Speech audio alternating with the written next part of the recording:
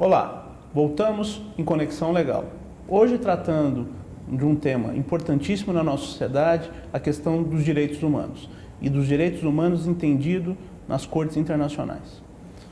Dr. Vladimir, nós falávamos a respeito do desrespeito com referência aos direitos humanos, principalmente na África.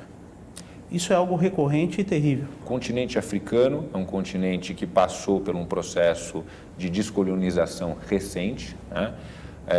Ele traz o conceito nos direitos humanos da autodeterminação dos povos, é um tema que a gente usa, um termo que a gente usa técnico para diversas situações, mas ele nasce justamente desse problema que existia na África. A África foi toda recortada por interesses dos países europeus, né? A África em si ela é multissigilada, existem milhares de tribos. Exatamente. Né? Você colocar fronteira onde existem 3, 4 tribos já não é coisa muito fácil, né?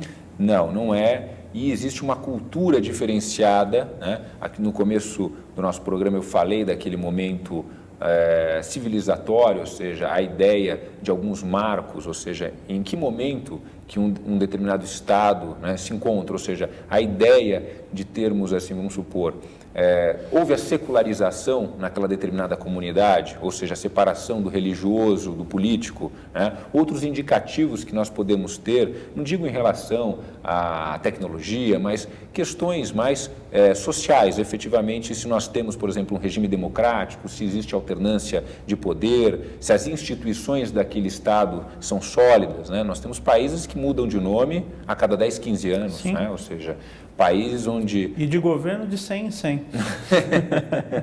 Exatamente. Então, são problemas bem característicos do continente africano e, em decorrência disso, né, também nós temos diversas violações de direitos humanos que são constatadas ali.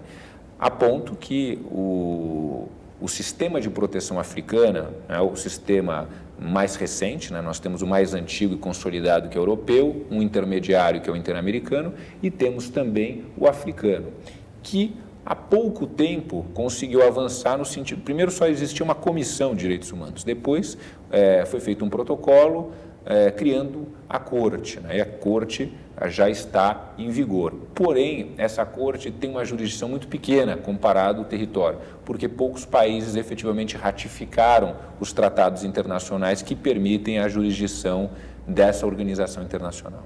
Sim.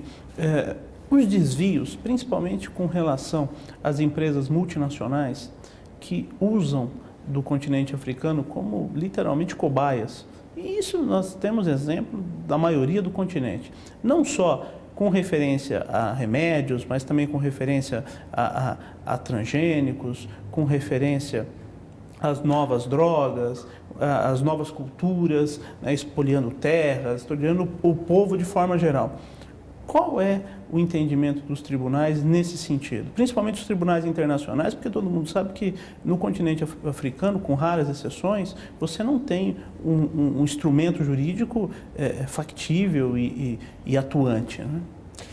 Essa é uma questão realmente muito difícil. Nós podemos aí lembrar de testes atômicos que a França realizava em solo africano. Ela não fazia na França, mas em solo africano não tem nenhum problema, né? Então, várias convenções internacionais foram feitas nesse sentido para evitar esse tipo de prática, né? Eu não coloco em risco a minha população, mas eu coloco uma outra população.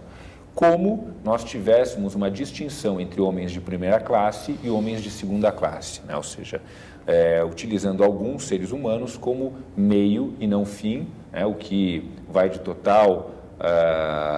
vai no sentido contrário a que Kant, a filosofia kantiana, do ser humano ser um fim e nunca um meio, né? E toda a construção, né, dos direitos humanos.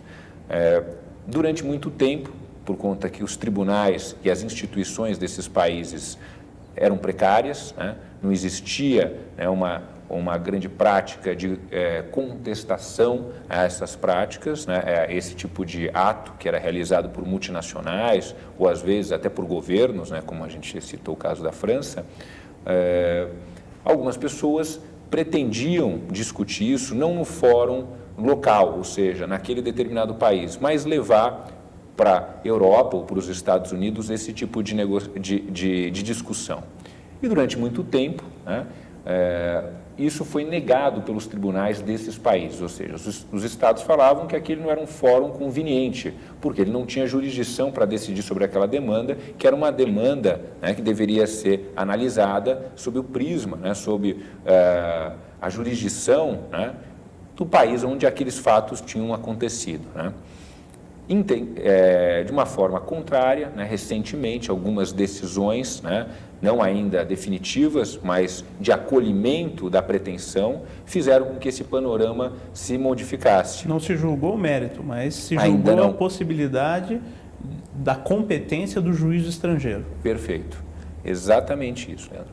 A partir do momento que você tem um juiz, por exemplo, americano ou mesmo inglês em Londres, assumindo a possibilidade de julgar esses casos, me parece que acordos extremamente interessantes, né, sairão.